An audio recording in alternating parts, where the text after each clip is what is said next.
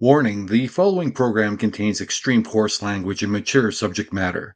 Viewer discretion is extremely advised. How's it going? It's ADC. It is Talking Truth, special edition Talking Truth, because it is easy being green, part two. And we had to go there. A lot of stuff coming down the pipe. Great panel last week with one of our guests that was a part of that. Link is in the bio there. Check it out. Can never remember names, but anyway, go to the link. Take a look at the panel. It's great. It's got our other friends on there as well. They're talking a lot of green talk, and we're not talking just Green Party. There's a lot of green as in money. There's a lot of green as in a lot envy. Like we've got lots of subjects here that are green, and let's jump in. I want to introduce for the first time our friend offline and in the shadows, Chris Richards, the eclectal Eclectic eclectic radical. radical. Thank you, Chris, for joining us. Really appreciate it. And you've seen her on multiple things. She went away for a little bit. Now she's coming back, and she's got a lot to say. And Camila Harris, Black Unicorn Rose, thank you for joining us. Thank you for having me. Hey, it's our pleasure. And we're going to jump right in. We had a great conversation, unfortunately, with the intro and trying to get everything to go at to ignore my ADHD and get everything to actually go on time. We had to interrupt the conversation in midstream. So we can go to that. And I guess the first question I have, Camila, why is everyone else is all excited about Cornell West 2024? Why should we be cautious about this? I would say, personally, I love the idea of Dr. Cornell West running. I try to let people know that, like, I think that there is a lot of pros to him actually being out there and pushing the envelope as far as conversations, as far as awareness, as far as consciousness regarding politics in this country and the conflicts and the cross sections of what's going on in this country, versus what the government and these major parties want us to know. Um, and as people probably have seen today on Twitter, there's been limits, like a bunch of paywalls that are going up to like limit us from information. And so I think Dr. Cornell West is a central figure in helping to push those envelopes in questioning and challenging status quo. Where the I would say the caution should come is the actual practicality of a campaign. I worked on actual political campaigns both when I was a Democrat, because basically in this country, when you grow up black, you're basically forced to be a Democrat. It's culturally enrooted, like you need to be voting Democrat if you're black, kind of thing. So I was one of those kids that grew up in the country. Basically, like as soon as I hit 18, I was registered to be a Democrat. So my political background, even from a kid coming into college, was basically Democrat and Republican. I knew nothing about independence. I knew nothing about third parties or even the politics of third parties. So actually working with campaigns or working with parties, like since that time, I've learned that the practicality of actually doing a campaign is different from what people think it is. You know, a lot of people assume what a campaign is, but they don't know like the actual machine that it takes organizationally to run one. So the original launch with Dr. West had a lot of backdoors, backwoods type of activities going on. Conversations, I believe, between Nick Brana, Chris Hedges, and Dr. West. Um, it pretty much was, even according to Chris Hedges himself in a recent interview, he said that basically he and Nick Brana went to Dr. West to talk about running for president. I equated Dr. West's response to kind of like a Valley girl saying, okay, like I'll run, kind of thing. Like, I don't think there was a thorough thought process, a thorough decision making. And I know a lot of people out there was asking questions about the original decision, like how did Dr. West come to this? It was just like, okay, I'm gonna give you this nice little pitch, and since I like you guys and I trust you guys, I'm gonna just run with it. Because he's even said himself like he would rather be doing something different than running for president. I, You I, know, I years think old kind of thing. I think he said he was running because Nick Brana asked him to run in one of the interviews. Right, and I think also Chris Hedges was definitely like involved because they've been buddies, like best friends for like 30 years or whatever. Like they're really tight. So I don't think it was one of those things where Nick went to Dr. West by himself. I think Chris Hedges was definitely involved in that, and neither Dr. West or Chris Hedges really knew about the People's Party at all, like organizationally. And I'm a survivor. I call myself a survivor because because it really is a cult and scam organization. I am a survivor of Movement for a People's Party, aka People's Party. Their legal name is People for a Working Democracy. If you want to look up any kind of like 527s or those kind of organizational documents. And yes, they're out of Virginia. They have documents through Virginia, I think, as well as Michigan. So so yes, like there was like some back behind the scenes conversations for this uh People's Party launch that originated. And so I think that's the first thing I think people need to be concerned about is like, where did this start and how did this start? And what was the decision making process with Dr. West? Like, it wasn't just as simple as, oh, I think MPP has this great thing going on, et cetera, et cetera. Especially since Dr. Cornel West had been on the People's Party Advisory Council since December of 2020. Um, and this is along with Jimmy Dore, because it was announced on Jimmy Dore's show that Jimmy Dore and Dr. West were going to join this MPP Advisory Council. And it was also the same episode where Force the Vote campaign has started as well. That's also what a lot of people don't know. All this was happening at the same time. And of course, because it was one of those like just get everything out in one course meal, um, I don't think people separated the two in understanding what was going on with the organization. What people also need to be cautioned about is where the organizations are involved, the people involved, the volunteers. I've been like very vocal about volunteer centering because I was a volunteer in MPP and I knew nothing about the um the MPP Advisory Council. I learned about it through my working groups, my working group's Christmas party, where my working group leader was for the media and messaging working group said, "Oh, I think Jimmy Dore is going to make an announcement about MPP."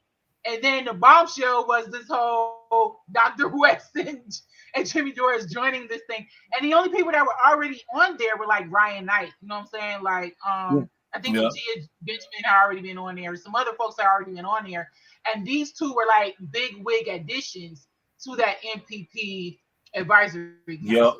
So So was this the big wig edition when they couldn't get P. Diddy to actually commit to anything? Like, I know there's rumblings about P. Diddy being a part of this group. So was this like plan B? Well, we can't get So P. Diddy, so we're going Yeah, for there's Dr. a West. backstory with the Diddy thing because I was in the Black voter circle, and I kind of got this as like news for when I came back from my hiatus with my stepdad who was in and out of the hospital with COPD, and and it was like, yeah, like they Tiffany Awning, who was on our national coordinators circle, a white lady, and Nick Brana had came to like a couple of our meetings or something from what I was told, and they was like pitching us to try to get more blacks in MPP. And one of the ways they wanted to do that was through Diddy, because Diddy at the time was trying to start his own thing, and and they thought that he would be a portal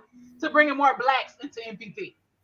So that's kind of like the backstory of all of that. So if you've seen anything with Renee Johnston on talking about that, that was actually a true story. Renee's been on a couple times, and we've chatted. We haven't had a chance because she's so popular these days to get her on. I had Renee on a couple of weeks ago, and then she's been on everybody else since. It feels like. Yep. I always say, if you want to bring me on with her, by all means. That would be a great. That would be a great show too. We have to do that now. That's one of several things I need to plan out. But we were talking about the same thing. I have to say, and I hate to be the cynical one or the one who rains on everybody's parade, is I'm almost even cynical about West himself up to a point, which is to say, I mean, he has taken more legitimate heat and paid more legitimate consequences for his positions than most liberal academics, and I respect that. But he is still ultimately, until recently, a liberal academic who, despite his criticisms of neoliberalism and despite his criticisms of Barack Obama, still ultimately supported Obama in 2012 and Hillary in 2016 and Biden in 2020. And is very new to the idea of risking the whole third-party run. That's not something that would have been associated in my mind with Cornel West 12 years ago. With that in mind, he's also got some liberal business entanglements of the sort that raise questions. There is and you know, you can go ahead and call me a conspiracy theorist. I don't care. And you can say that standardized tests is such a silly niche issue, but I don't think it is. I mean, it's not that many years ago that we had national education policy built around standardized tests under both W. Bush and Obama. The entire national education policy was geared around test scores, around punishing schools that didn't meet test score goals, around rewarding schools that did. And this changed the way our whole school funding system worked. It undermined public schools in a lot of places where test scores just didn't come up. They lost funding. They were replaced by charter schools. You know, there are no non-charter public schools in New Orleans anymore, and very, very few non-charter public schools in Oakland. Yeah, there's fewer ones here in LA County as well. I'm from originally from South Central Los Angeles, and here in California, and there's been even a lot of shifts for at least like from the elementary school level to junior high. There's been like virtually a wipeout of public education as far as those schools. And they're popcorning up these little charter schools and stuff like that in different areas. There's not even like preschools, like traditional preschools that I went to. Yeah. There's like none in my area anymore. Or my everything's gone. In California, but there's like none. everything's gone except these favored billionaire charter schools in so many different places now. It's scary. And so you have that. You have the test score issue. You have the fact that there is this corporation that is marketing an alternate college admissions test. It was approving this specific alternate college admissions test was one of the things that was part of Ron DeSantis' changes to the Florida State University system and his education package. The test is called the Classics Learning Test, or the CLT. The company also just calls itself Classics Learning Test. The CEO is very outspoken about being a Catholic husband first in a way that is suspicious, and is additionally suspicious when coupled by the fact that he's obviously a white guy who's talking about how he sees himself as a Catholic and a husband before he sees himself as anything else. And that sends off certain warning flags in the first place. Then you look at the Academic Advisory Board, and it's a very interesting group of people that fall into one of three categories. 2/3 of the group are either associated in some way with the charter school or private Christian school grift. They work for these schools and or with companies that make money off these schools. That's group number one. Group number two, which includes people like the president of the Heritage Foundation, Christopher Rufo, the guy who both led the anti-CRT campaign in the media and the anti-grooming campaign against trans people in the media. He's on that academic advisory board. He falls into that second group. A third guy in that second group is this podcaster who has this very nice, clean-cut approach, but who's defending the beauty and truth of Western culture. I mean, that's really close to Proud Boy language right there already. And the language about the test is that same thing, the beauty and truth and glory of Western culture. And honestly, when people talk about Western culture like this, they're talking about white Christian culture. This is what they mean. But then there's the third group. So you've got the Christian nationalists, you've got the school, the educational related grifters. Then the third group is very serious Black Christian scholars whose job seems to be to legitimize the other two groups and to make what this group is doing acceptable. And that group includes Dr. West. And I've had people defend this group to me and say, well, they are engaging because they don't want this test to be anti-Black. They want to make sure that Black writers are included in this list of the classics. And I can understand the argument up to a point, but we're not talking about a national policy initiative. We're talking about an academic advisory group for a for-profit corporation that is marketing a test to make money. And the results of this test, and let's stipulate that standardized testing is already racist, can we? That even before we start talking about the specifics of a pro-Western culture test, standardized testing is already built to favor students from better funded white high schools and not less funded schools in poorer neighborhoods that happen to be a higher percentage of Black and brown students as a result. And I feel like there's been we talk about the political gerrymandering, that happens in the country. I think it's also educational too. I mean, to your points of, yes, you have these entities who are about gerrymandering the academic system, gerrymandering the schools and things like that under the guise of we're doing this for the kids. No, you're basically about pushing ideology on kids. Kids are of the most vulnerable in this country when it comes to everything. I mean, not just the standardized testing, not just what goes on in a classroom or doesn't goes on in a classroom regarding a discipline, but Yes. it's also instruction and curriculum. Like Yes. you're trying to roboticize kids. Yes. It's ridiculous. Like, I mean, I grew up in both private school. I went to both private schools and Yes. public schools. I But did the too. private schools that I went to were actually like entrepreneurial, solid, pure institutions. Like, it was like a old lady from the South came to LA and decided to put up a preschool. Yeah.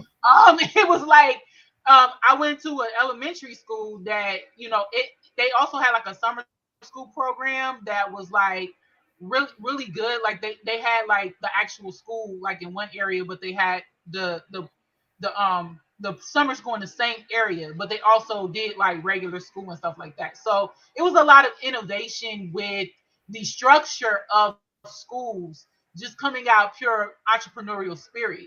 Now it's like no real like entrepreneurial type educations out there unless you're talking No. charter schools. And it's And like, I mean, what and happens to teachers being is able to create is like their own is educational is institutions? corporate entrepreneurialism really entrepreneurialism?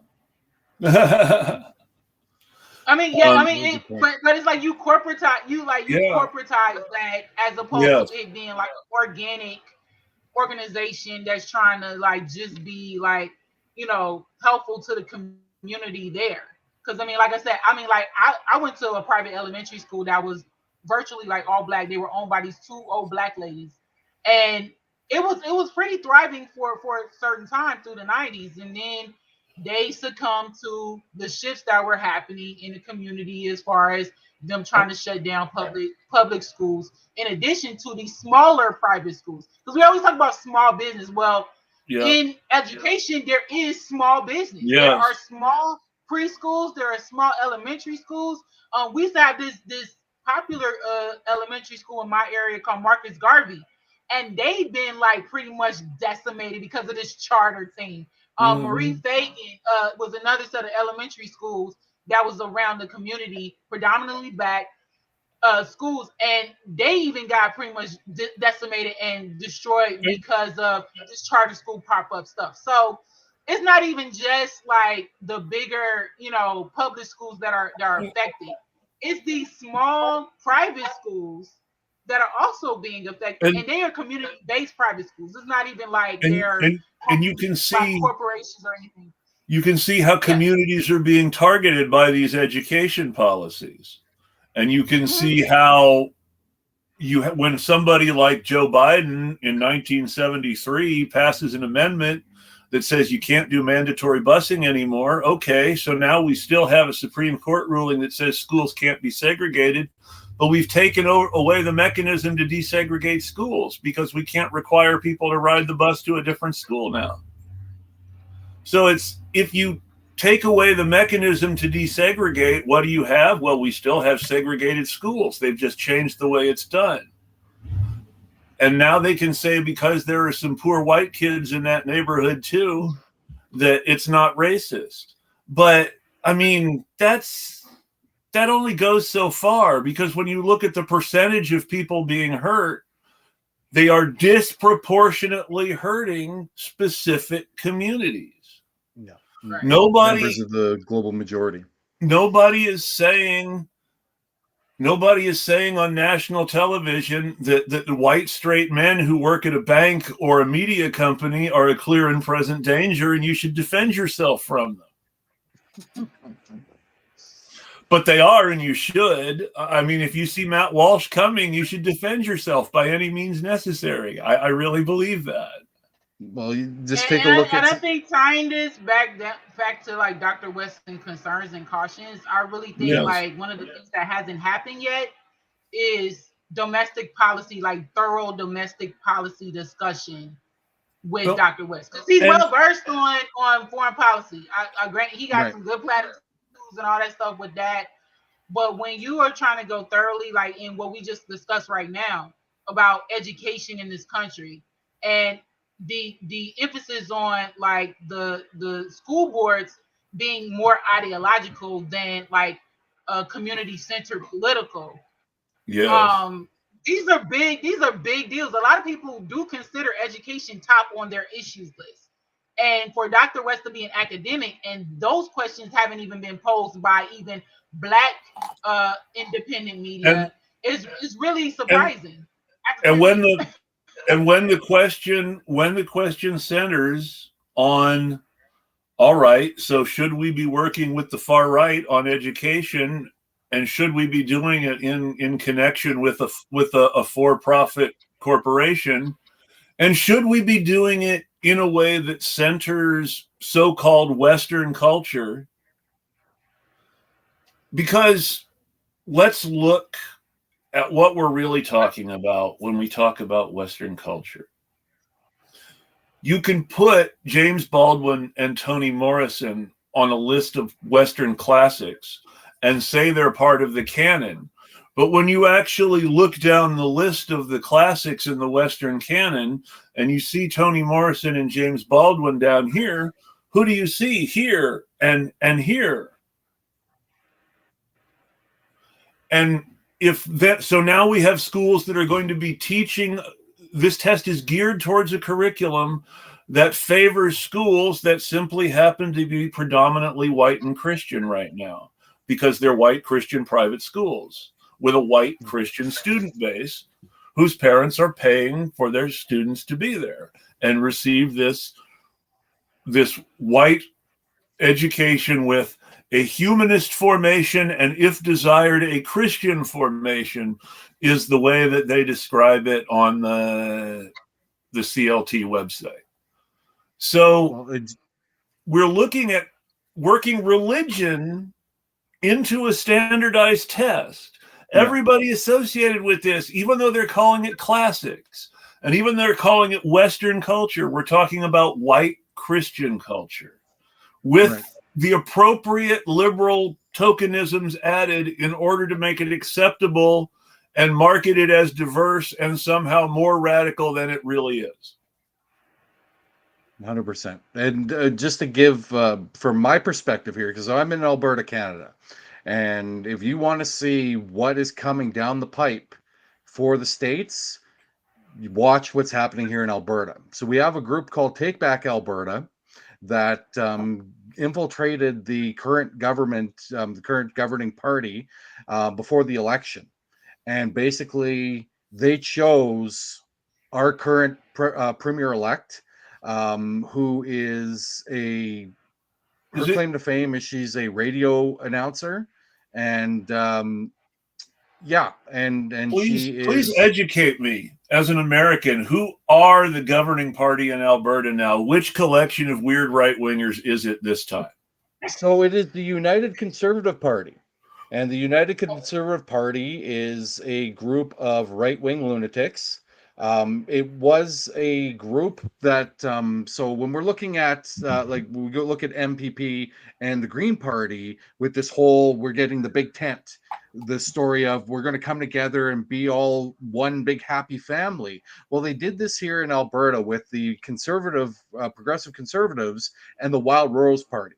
And the Wild Rose was the whack jobs that the really whack jobs I remember. Was the outer, the far right, we'll say. I try to be as politically correct or as politely as possible.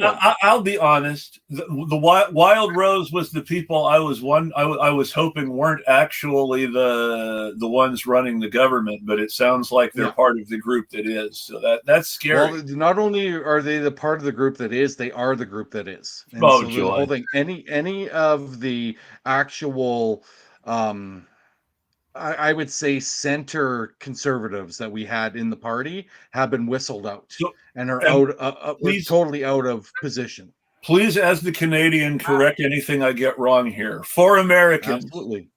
For Americans who don't know, the rough equivalent to the Republican Party in Canada is the Progressive Conservative Party. However, west of Toronto, the conservatives get really weird and are much further right than the Progressive Conservative Party and have all sorts of these weird groups of their own that cause no end of trouble and drive the Progressive Conservative Party on a national level constantly to the right for fear of being overtaken by the real Nazis. See, I would correct you, but Wow. you're absolutely 100% correct. Now, the unfortunate part happened. The Conservative Party, when it was under Brian Mulroney, and then when they lost, and Kim Campbell was a sacrificial lamb that was put in as the first female leader of Canada for 10 months because they knew they were going to get slaughtered in the next election. So, what happened is the Liberal Party. So, basically, we're like the reverse of the states. So, the Liberal Party is the red party, the Yes. Conservative Party is the blue party. So, but the Liberal Party is basically the Democrats, and the Yes. Conservative Party Well, is the Republicans. when I was a But kid, when I was a kid in the 1980s, in the Dukakis Bush election in yeah, '88, it is very important to understand that back then on the map, the Democrats were red and the Republicans were blue.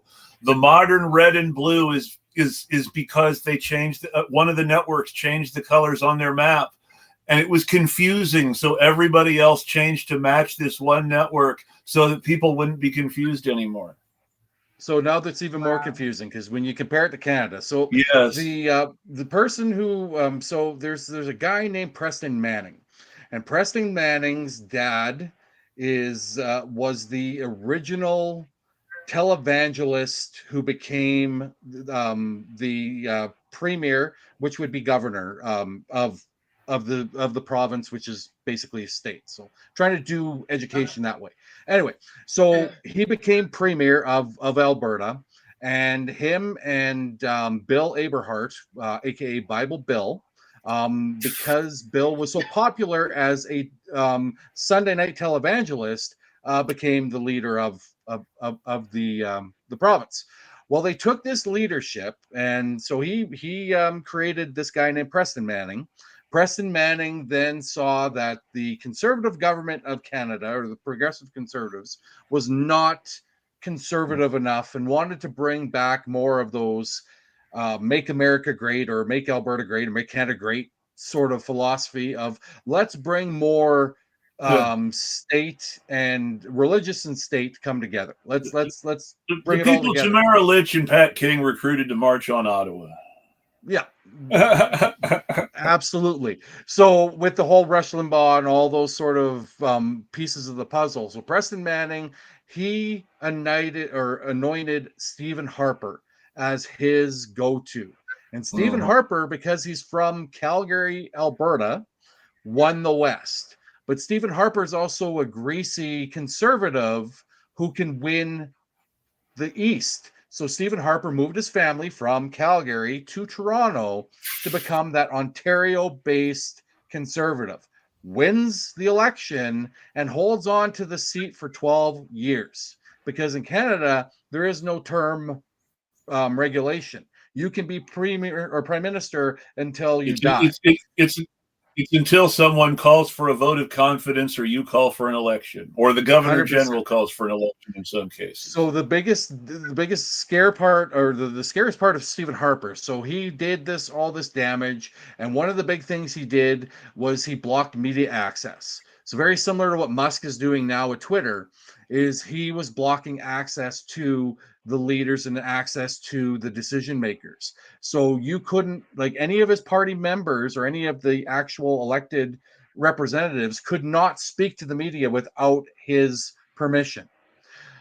So he goes, does that. Finally, Canada decides, okay, we have to do something to get rid of him. So we had a guy named Jack Layton, and Jack Layton came in under the New Democratic Party. The New Democratic Party was originated by Tommy Douglas, who would be known better as Kiefer Sutherland's grandfather.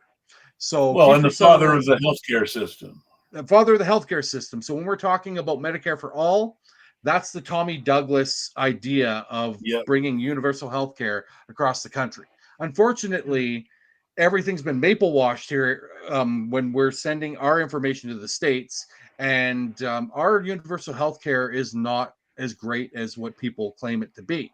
It is more of a three-tiered system as opposed to a two-tiered system that most places have. We can get into that, but just to finish off with Stephen Harper. Harper gets voted out by Justin Trudeau, who's our current prime minister. Justin Trudeau is the son of Pierre Elliott Trudeau, who was one of the most hated prime ministers of our time. Well, to be But fair, Justin was Castro young. really loved him. Well, yes. Castro and There's Trudeau and Pierre if Trudeau you were look really good at friends. pictures of Margaret Trudeau, Justin's mom, when they visit Fidel Castro with Justin as a baby pictures of Justin Trudeau actually looks like a young Fidel Castro. Well, let's be honest. If you're just looking at the shape of the nose right here, Yeah. then Justin Trudeau looks a lot more like Fidel than Pierre. However, 100%. you can see Pierre in his face too, and, Yeah. and I don't believe that despite some superficial resemblances and dark coloring that Justin Trudeau is really Castro's kid. That said, you can see how the rumors started. Yes. Castro and Trudeau's parents were very good friends. Trudeau may have been one of the last good liberals in power anywhere. Actually, the last good liberal in power was a guy named Paul Martin, who was actually the finance minister under Jean Chrétien. But Martin, because he was just a numbers guy, didn't have the personality to actually win over people. That's where Justin Trudeau, he's got a great personality. He's a young guy. He's very charismatic. He has a very lovely wife, 2 beautiful kids. Played it up like basically he was the white form of Obama. Yes, and but he played that to a T these and people, won the election. I know these people born into the ruling class are not the same as their parents. I know. Look at RFK Jr. and compare him to RFK Sr. There's so many things about RFK Sr. as well as JFK that the stories that we've been presented are better than what the people were. Let's come down to the final thing, though, which is at the time that he died, and to my dying day, I will swear this is the real reason he was shot and why the Sirhan being the shooter is a very clever blind by someone who really knew how to pick it to throw things off. RFK was the first and possibly the last, until Bernie Sanders, presidential candidate who had any sort of idea about cutting off the flow of money to the Israeli military. Yeah. He was very big on that. That was central to his campaign for the nomination, which was a big deal in those days. See, we can get into that too, but then I'd be called an anti-Semite, and we get all those different things. But when we're talking about Zionist Israel, there's a difference between that and the actual. Hey, people give us time, and people will call me anti-Catholic. So hey, well, that's okay. Anti-Catholic is not a bad thing. It's actually very good to be an anti-Catholic or even anti-Christian at this point. Anyway, but back to Stephen Harper. So Harper, the biggest danger that Harper has is Harper's currently the chairperson for the IDU, which is the International Democratic Union, and it's not anything to do with Democratic or Democrats. It is actually the alt-right lunatic fringe that run this. It was started in the 80s by then Vice President George Bush Sr., Margaret Thatcher, and one of the German chancellors or whatever. So what this is doing is this is basically when you're looking at a Jackson Hinkle and the Caleb Moffin group, this is where they come. This is the start of it. They start with these alt-right religious freedom fighters and bring them up into this whole aspect. And then if you've ever watched the Family, which was on Netflix, this is connected directly to the IDU, where the IDU and the family are the ones that decide who are your existing politicians who get a say in there. And even if they are the most despicable pieces of garbage, they're still in there, all under the guise of religion, because the biggest recruiting thing that the IDU and the family utilizes is that president or governor's prayer breakfast. If you see prayer breakfast That's where you've got the movers The and shakers National of the world. Prayer Breakfast is the 100%. official, the official Recruiting entity, tool for the right. the official entity in which the family centers its money is the organization responsible for organizing and running the National Prayer Breakfast. And that's so this is where when we're talking about the concerns with a Dr. West, I don't have the concerns about Dr. West because Dr. West reminds me of Bleeding Gums Murphy from The Simpsons. Lots of jazz, very informative, entertains me, very likable.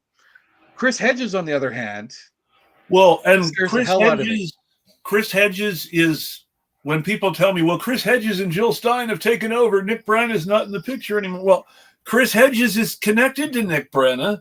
Chris Hedges is writing stuff on his Substack telling us we need to follow Nick Brenna's lead to make common cause with white supremacists.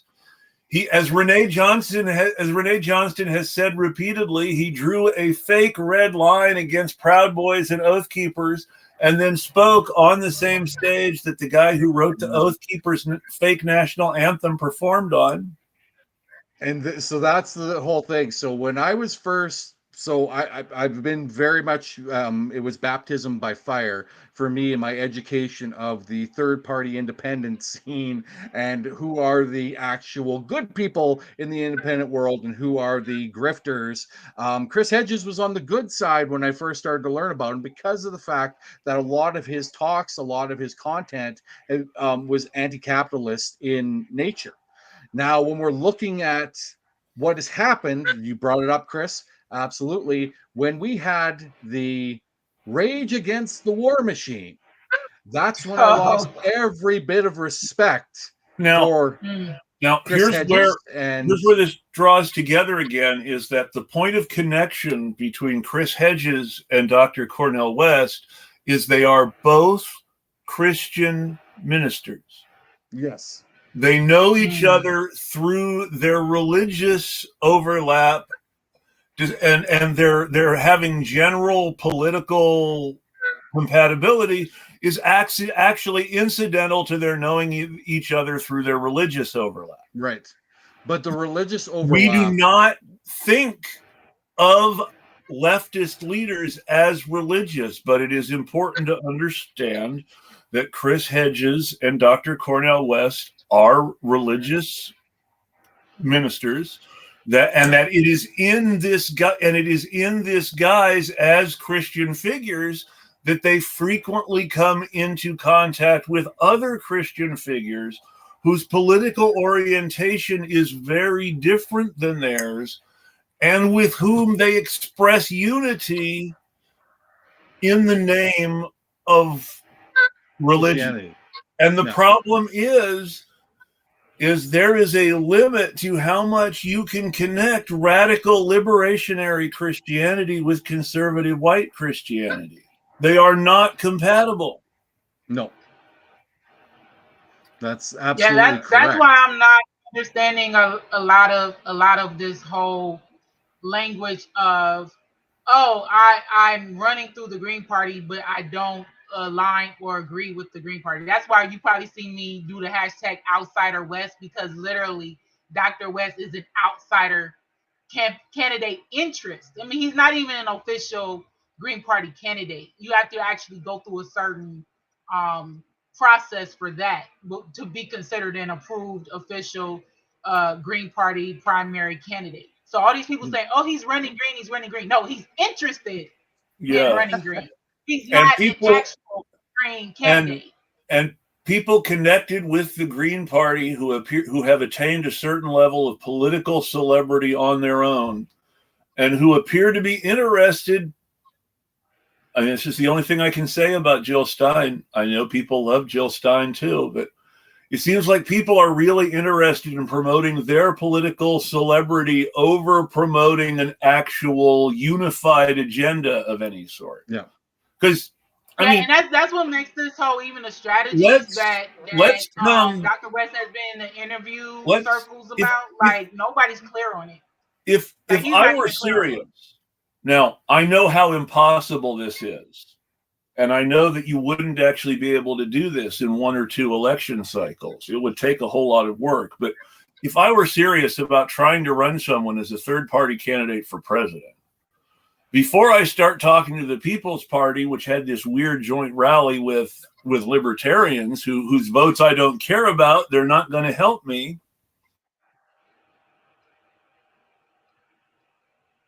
How I could get a bunch of people to hash out a basic broad platform to run one candidate that everybody can support. I mean, I know that it won't happen. It's naive. It's silly. But just imagine if PSL and the Green Party and DSA and the SWP and the SEP and Socialist Alternative and whoever else is out there that's even smaller and I'm not thinking about. Just imagine if they all got together and said, hey, let's all support so-and-so. Right. Then you would actually have a united front among the people who claim to be left independents without anybody reaching out towards these weird right-wing grift figures. But the closest you had was Bernie Sanders. Unfortunately, he was Democrat. But I think it's also like the differences in the organizations too. I mean, everybody's the idea of bringing all these different organizations together behind one candidate, for example, has a lot of complications in itself organizationally. Some of these groups hate each other. Are even different. You know what I'm saying? Like like with me, that's why I have I feel like I have a dual background from like I said, surviving MPP, but also being active in the Green Party. Yeah. The thing about the Green Party is that I feel like at this point with Dr. West, I call it the equivalent of a side chick or a mistress in this whole triangle thing, because like this whole so-called transition has a lot of suspect activities by Dr. Jill Stein herself, and Dr. Jill Stein, for people who don't. I'm going to start sharing your stuff here. Okay. So, I mean, you can explain these things. I'm hoping it all works. So first, we're going to click the email that was shared to the group, and let me see if I can zoom in a little bit here so people can actually read it, not just. Yeah, some of the font is kind of because like regular 10 Arial kind of font. How's that? Okay. That okay? So this particular email came up on our National Committee of Delegates listserv. For people who don't know what that is, it's like an email communication thread, similar to how we said Slack is like the communication platform for NPP. Well, the Green Party has a communication platform that's called the National Email Listserv. So we have them for our different committees. We have them for different groups. Well, this one is for the National Committee of Delegates. And when this leaked, I said, I'm definitely screenshotting it because this is suspect activity that I felt is how rigging scandals start. Okay, so I mean, I could read it out a little bit, but this guy is out of the Texas State Party, and he is part of the Elders Caucus. But the Elders Caucus is a group that's trying to start that's like related to senior issues, stuff like that within the Green Party. Well, this man disclosed that his wife was quote unquote elected to be the treasurer of this transition committee, quote unquote, that was to help with Dr. Cornel West going from running MPP or People's Party to running Green. So supposedly Jill Stein went to the Texas Greens and talked to them about making or creating this transition committee that she is the leader of. And come to find out, they want to say that it was kind of like, I guess, labeled as a caucus within the Texas Green State Party. Understand that the Texas Green State Party has primary votes. This is where my questions came into play, because I'm like, wait a second, you have a state that has primary votes, right? And that has to deal with their own ballot access issues and stuff. Why are they intimately getting involved with one candidate interest campaign? Then there was a weird account that was denying all this stuff going around on Twitter saying that this wasn't true. And then that account got into an argument with a bunch of people and deleted after making a fool of itself. It was really weird. They were claiming that. That's why I pretty much at a point where I don't trust anybody. Yeah. Like, I don't trust anybody on anything because of all this suspect activity that I feel like lead to, rigging scandals and all that kind of stuff. And what's on the screen right now is the actual FEC filing of Jill Stein. Jill Stein is still collecting money from her campaign, her principal campaign committee. There, like on the screen right now is showing basically that she owes from the 2016 campaign. It's over $50,000 that she still owes, like, I guess the FEC or whomever, from her 2016 campaign with a Jambu Baraka. And then, and then there's her, like, still how she's still collecting money is that it was actually reported in the first quarter that she has already collected at least $14,000 from different donors from who knows where. I guess I don't know if it's to pay for her to get out of debt, or to she had a thought of running again. I couldn't tell you what exactly it was for. It's for, but she has this money, and so in a way, this, if you were to connect dots, there's a potential thought of Jill Stein, like, I could get a money grab out of this, because, like, with the Texas state part, there is no evidence so far showing that they are not tied to the PO box that's on Dr. Cornel West's website, the CornelWest24.com, and there's no evidence showing that the Texas Green State Party is not tied to the Wells Fargo account that is on the Cornel West for President FEC filing. And so, yeah, so there's a lot, like, going on in, like, the background. Yeah, that is just suspicious, and I don't even know if it's FEC legal, let alone in accordance with the governing documents of the Green Party nationally. Well, I've been raising these issues to our National Committee of Delegates.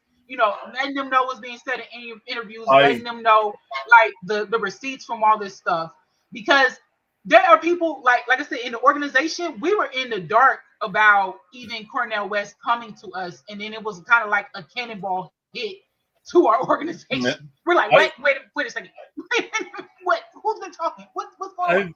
I've spoken to people who have worked with Nick as political consultants, who they have experience with elections and have told him this is what's legal and this is what's not. And Nick Branagh's reaction has always been to do what he pleases, regardless of legality. And it seems like some of that has become a little contagious around some of the people who were associating with him at his rally against the war machine there. Nobody truly knows who's even behind the campaign website, because what's happened with this so-called transition is what they did was they cut out the People's Party stuff in the campaign video. I went back and watched the video. I said, I wonder if they did any edits, or did they make a new video for him talking about the Green Party. And all they did was they edited out the part where he says he's running for People's Party. They edited that out, and then they created a YouTube channel with that. So I think that's the only video on the YouTube channel is this particular video. So yeah, they added whoever did this. All they did was add our logo, and I don't even know how they did that.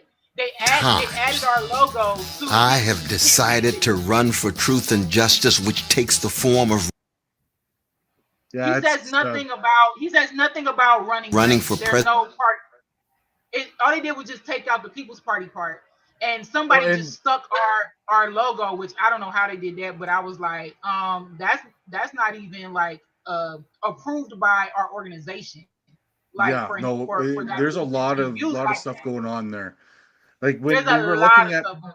the donate there, like you said, like I've watched number one that this website is a cookie cutter of the People's Party website. So it Yes, was and done the by People's nation. Party still has him on their website. If you were to like bring up Yep, peoplesparty.org, he is still on the website. So People's Party is still making money off of Cornel West. which is just Well, ridiculous because the People's Party will try to make money off anything they can get possibly close to. They will continue to claim to be affiliated with Dr. West's campaign, whether they really are or not, and it will confuse people. And there will be people who give money to the wrong website because of it, I guarantee. And the people who are saying that this is just going to be the end of the People's Party as an institution seem to be really wishfully thinking about all this, because I know at least one person, admittedly maybe paranoid, who's saying this kind of seems like a way to take over the Green Party. Mhm. Yeah, yeah. It reeks of like infiltrate, a potential hostile infiltration and takeover. And this is why I tell people like, okay, if you are good-hearted and you want to be involved with the Green Party, be legit, be a real one. Actually, go on our website, read our early history, read our key values, read our platform, go through it and really have a thorough analysis with yourself and Yeah. and figure out if this is what you want to be a part of. Because the thing about Dr. West is that he doesn't care about the organization of the Green Party. He doesn't care about volunteers like me who have to like feel as though we gotta risk manage to understand that what Dr. West is doing is not an independent campaign from the Green Party trying to get into the Green Party process. He is basically exploiting the Green Party to try Yeah. to pad Green Party primary votes so that he can automatically get the nomination. It's rigging behavior. And the thing about with Dr. West in particular is that he has no clue of the gaming that is going on. None. Like he does. He said on the Black Power Media the other day, interview, this part two, that he is not in alignment with the Green Party platform. He think it's like different from him or whatever. But he's never read it. Like if you were to really grill him on, do you even know what's on the Green Party platform? Have you even read the website? He would actually not. He would probably like, I need to do that later. I need to figure that out. That kind of stuff. Because he's never been. He's not even registered green voter. Like there's no proof that he's even a registered green voter. But everybody's trying to quote welcome him into the process and do all that, give him the green carpet. And I'm like, you don't even know the man from a can of paint coming up to our party and saying he wants to run through us. It was only a desperate move of Chris Hedges, and because there's this whole friendship with brother Ajamu Baraka and sister Jill Stein, that all this stuff is being like done. It, And like it and the whole thing seems, with the platform. Oh, give me 1 second. of With course. with the platform itself, okay. Dr. West lied on Black Power Media, this part two interview, saying, "Oh, the Green Party came up with what you see on on the website." And I'm like, we had nothing to do with that organization. This was all Dr. Jill Stein, Nick Brana, and Chris Hedges and Najamu Baraka. These are the people who said, "Well, we saw that you had this platform or whatever on the website, so we might as well keep it." And in the meantime, until we quote come up with something better. And so people need to really like pay attention to what Dr. West is saying in actual content and messaging regarding this campaign, not like the platitudes about the issues, because he even said like, "Oh, all this organizational stuff is just a distraction." And I'm like, no, it's not. And it's involving real working class and poor people who are volunteering their time to be about what the Green Party is truly about, including me. 100%. So if you're looking, so I just had to go because go to the website. If you look, this is the Rage Against the War Machine. So they've raised $101,000 on a $68,000 goal. They're still raising money for this event that happened in what, February, March? Like it Yeah, or happened something early, like that, and nobody knows where that money and that went. I money. mean, the whole thought is that it just went to the Brownies, The basically. Well, I can say that corporation. the money went to Brana and his girlfriend, the Turf, because they were talking on one of the other Is there grifters is there any? shows. I, They I have went to to ask. London. Is there any is there any proof that Angela McArdle is romantically involved with Nick Branagh, or is that speculation? That's I a think good. it's speculation, and I would not be surprised, but See, it if I might be was her, speculation. if that was just speculation, I would go and like take care of that right away. Like anyone who's going to like openly admit that they're connected to this ass clown just well, shows that. well, the thing is you got to understand who she is too. So as far as the Libertarian Party goes, I, as a basic sort of ecumenical, non-sectarian, sort of Marxist, sort of anarchist guy who wants to see people get along and see some movement in a unified direction. I mean, my general reaction is that the libertarians are kind of Nazis in the first place. But it's Right. important to understand that the Libertarian Party, whatever we might think of it as being to the far right in the first place, they think Andrea McArdle is a Nazi. They think her organization is a Nazi organization. Reason magazine was calling them Christian nationalists. Reason magazine is not known for calling out the far right. I mean, I've totally like people have been saying like the Libertarian Party had been like infiltrated in hostile takeover. I mean, with the Mrs. Caucus. So I Yes. went with those concerns. I have that same concern regarding the Green Party that And there yes. are like these And underlying that's a very backdoor good activities concern. that are happening. Yeah, and Because as a volunteer, as a volunteer in the organization, I worry especially about those who have actually been in the Green Party since its inception in 1984.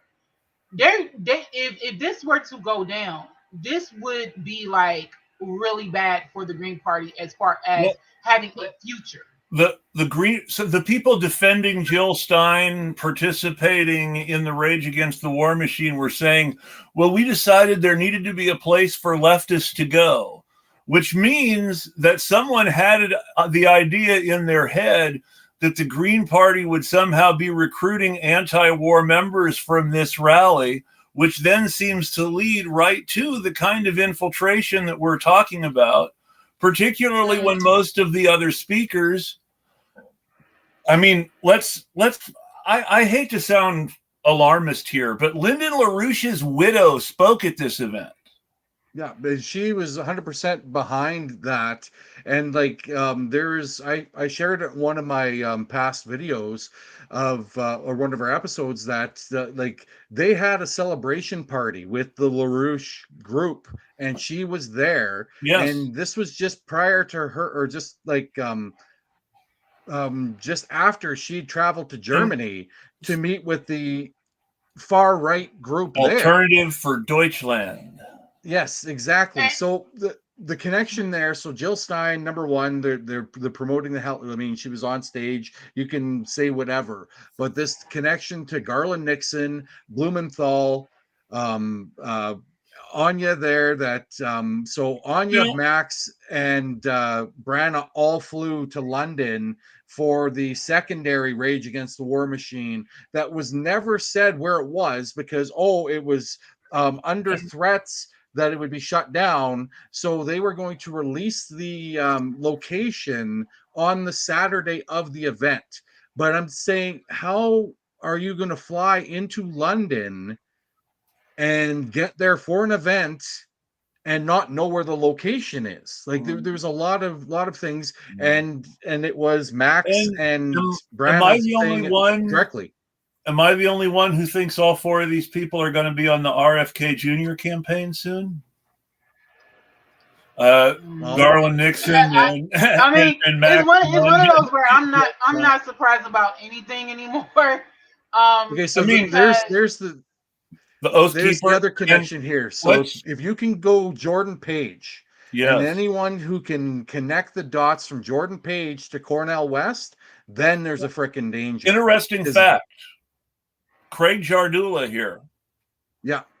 is a fringe left figure with lots of right-wing connections whose invitation to speak at a Medicare for All rally in Los Angeles was revoked because of his refusal to mask and his very loud statements that he was not and would not be vaccinated.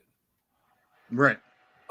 So we're talking about the wild and the woolly. We're talking about the folks who you would expect to be supporting RFK Jr. and not Cornell West in a lot of these cases.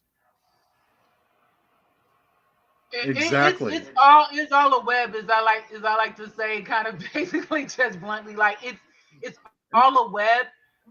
And I feel bad like for the Green Party like being in the midst of this web, because like I said, I work with these people every day. Like I'm an everyday volunteer. We're trying to get ready for our annual national meeting in August, where basically all Greens come together. We talk about organizational things. We convene and talk about different issues and proposals for stances, things like that. With this one, because it's the prequel, if you will, to our presidential nominating convention next year.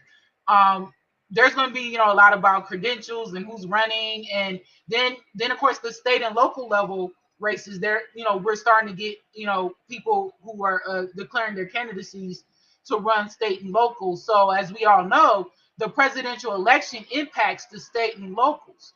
So I mean, as an organization, it's like we are caught in the web of this outsider trying to, change the Green Party into whatever red, brown alliance, righty, lefty thing or whatever. And us actually doing the real work of the party based on what we already have. Like we already have a platform. We already have a set of values that we stand for. I mean, next year is our 40th organizational anniversary. Like 1984 was the organizational start of the Green Party. You know what I mean? Like, and a lot of people also don't know that the Green Party is something that is international, that was brought to the United States. It's not like MPP. You can't put them in the same thing. It wasn't like something somebody made up to bring here. No, we actually are a part of an international network of Green parties. And of course, all of that has their own politics and they have their own, differences and whatever. But still, like, we're not something that somebody just made up and just threw out there and said, oh, it's an alternative. No. And also, like, the Green Party, a lot of people also don't know, is that we're based in ecology and environmentalism. Like, that is as I say, the green blood of the party is anti-imperialism, environmentalism, environmental justice, that kind of stuff. And so everything else basically goes from that core out into the rest of the platform, into the values and all that stuff, which makes us a leftist party, at its core. But when you got people who are trying to do this red brown alliance thing or righty lefty thing and trying to change who we are and change our life's blood as a party, that's where I have issues. Like, I mean, even next year, like our National Black Caucus, which I am like a representative of on the National Committee of Delegates, as well as on national committees, on 5 different national committees. We're having our 20th founding anniversary next year as well. People don't know that. Like, my Black Caucus has been around, next year 20 years. Like, this is nothing new, but organizationally, it's more than these figures. People want to, put Howie Hawkins is like the standard bearer for the party. No, actually, his who I call faction is very minor in the party right now. Like, it's very small. It's like teeny tiny in the party right now. Sure, you have some Howie Hawkins Howie Hawkins cultists and all that kind of stuff. Well, But it's tiny now. Like it's not like what people think it is. It's not some big faction anymore. His Ukraine position is unpopular in the party.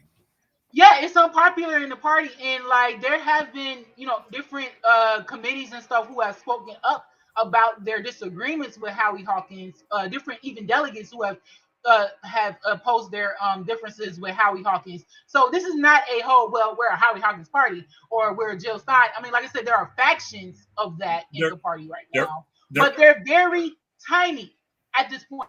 They really are. They're like it's small. Interesting. It's interesting that some of the people who seem to be pushing hard for West also appear to be very active in criticizing Howie and in blaming people who have questions about West for possibly already supporting Howie rather than talking to them about West, assuming they support Howie or Biden or something.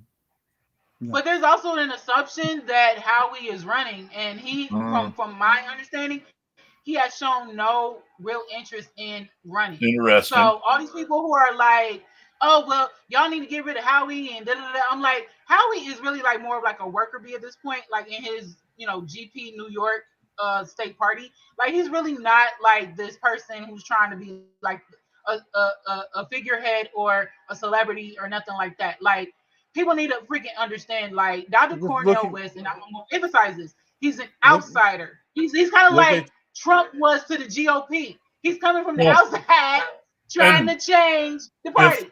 And what's the criticism? Hey, that's always been the criticism of Howie anyway. Nobody knows who he is. He doesn't have any charisma. He's not he doesn't have enough celebrity. But that's just he's the worker bee. Like he's not someone that you would see as like a celebrity type of figure, charismatic figure.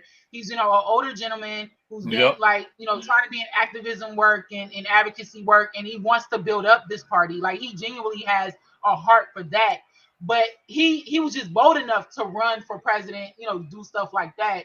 He's ran for governor for New York. So it's not like he's doing it for like clout or he's doing it for any kind of like celebrity type stuff. Where Dr. West, he's like a prominent figure. He's a celebrity. He's had a podcast in recent years.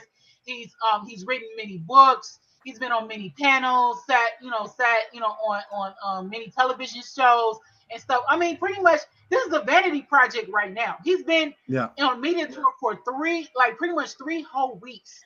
He has not done anything candidate 101 or campaign 101. And he talked about on Black Power Media's part 2, whatever, recently too, that his so-called team, because he didn't have no people. Let me just be real. He had no people. So he's basically scrounging from friends, family, stuff like that to try to put together a so-called team. And the last thing he said was like, "Oh yeah, I'm even trying to engage Nina Turner, and she got some people that she's trying to get me involved with." So now we got more characters that we don't know about as the Green Party. Why are trying to come into this and exploit our name and all that stuff? Why are we trying to connect? I mean, why would Nina Turner involve herself with the Greens? She never has before. She's always ended up supporting the Democrats. Even when she said, well, Hillary Clinton has to earn our support, she still ended up supporting Hillary in the end. I mean, she ran Democrat for United States Senate in Ohio. Yeah. So, and like I said, MPP, that was MPP's first target for a presidential candidate through the People's Party. Mm-hmm. So, when she basically was like, I don't want, I'm ignoring y'all, I'm not dealing with y'all. I find it funny that there's some kind of circle back because of Dr. West. I mean, and like I said, I feel like all of this just reeks of elder abuse because of the simple fact that Dr. West hasn't co-signed anything that's on his own campaign website. He doesn't even know it. But he's getting questions about it.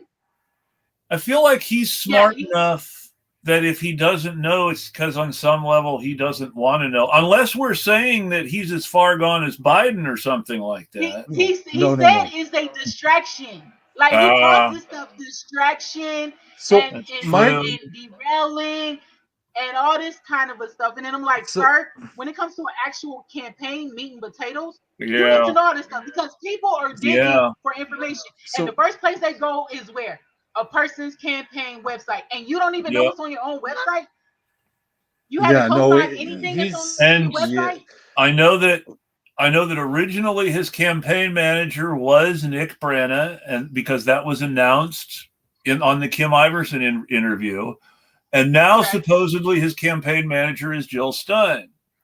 But Yeah, where Jill is the Stein and actual John Baraka. campaign? But where is the actual campaign? It's like a shell of what they're trying to make it to a campaign. Like right now, like I said, it's more of a vanity project because basically for the Yeah. past 3 weeks, Dr. Cornel West has been on media tour. He's been on interview after interview after interview. So he has done nothing real offline. He's doing this blind trust thing with brother Jamu Baraka and sister Jill Stein. They've been doing all this transition stuff for me. He's been on blind trust with them. So that's why I feel like it reeks of elder abuse in that sense, because I'm like, how is this man not knowing particularly? How is he not knowing who's behind this website that's representing him?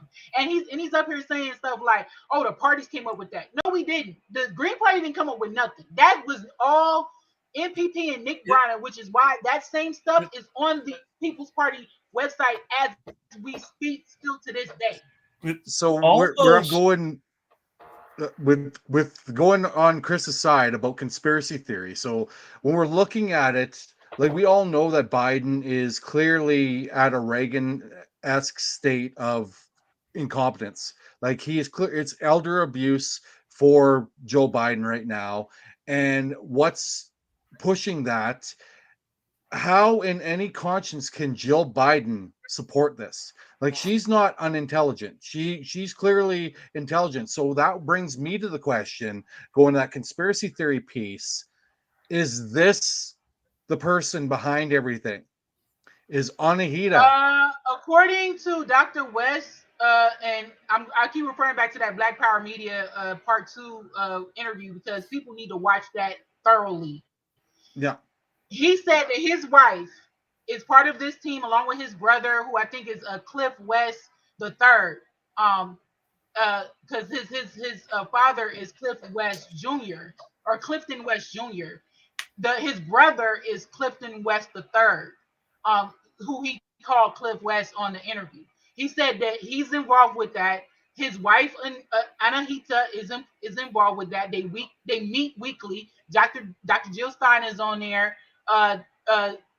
Jamal Baraka is on there, and he also said Chris Hedges. Of course, Chris Hedges is kind of like your de facto social what is that media manager. So he's like the campaign media manager.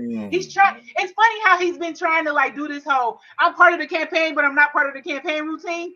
But he's actually been the guy from the very beginning, day freaking one with Nick Bronner.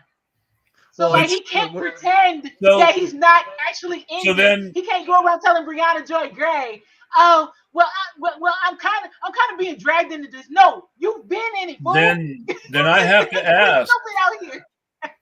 I have to ask in this context then, if he's the social communications guy for the campaign, then what does that mean when he says on the Jimmy Dore show that he's glad Cornel West isn't PC?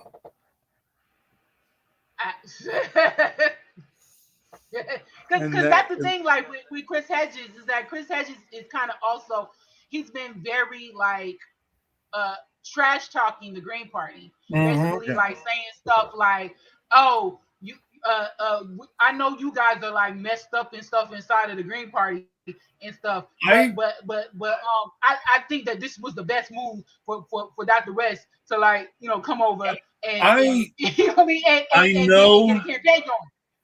I know there's a right way to do it, there's a wrong way to do it, and he's been doing it.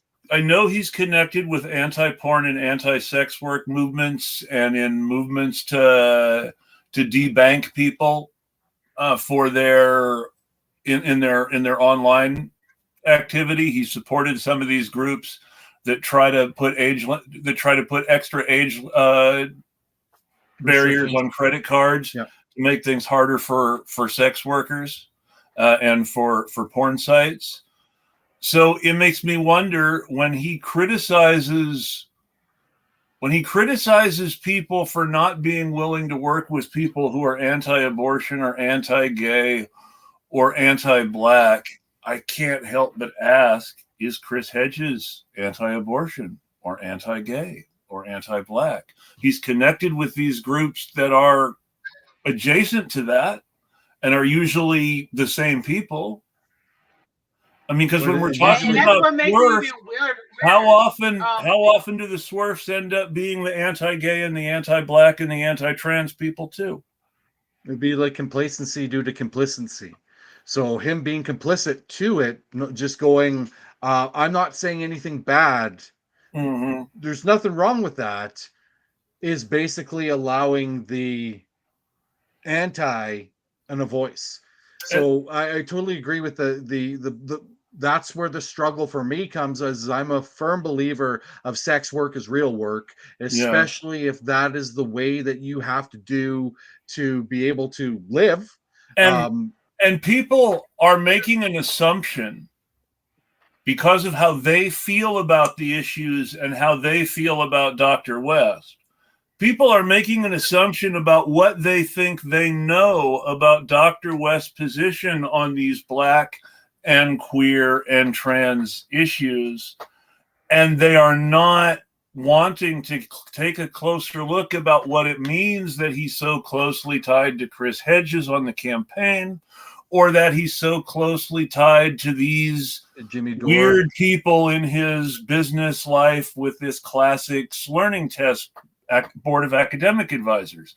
This stuff raises questions about where he stands on these issues. And people who aren't asking those questions are assuming they know where he stands and are maybe setting themselves up for big disappointments if he doesn't give the answers that they feel that he must and will. That's what I fear too, is that like there's gonna be a lot of vomiting of positions and things that with Dr. West that people are not going to catch on to, because he will put them into that whole platitude lecture, uh, uh, um, colloquialisms type, the flower language that they're not going to pick out, a lot of the controversial things that he's been saying. And that's why I said this whole thing about him running green, people need to understand, one, Dr. West is not a green. He's an outsider seeking interest into the nomination process of the Green Party. So it's one of those things where it's like I said, to a certain extent, I respect Dr. West. There's the idea of him running for president, but then there's also the reality of him running for president. And because of these false starts and a lot of this muddled in controversy, muddled in secrecy, muddled in these trying to fool the public antics, especially involving one of our state parties, like I said, the Texas Greens, who have primary votes. This is where it is hard for someone like me, who is a staunch advocate and also a volunteer in the Green Party every day working with these folks.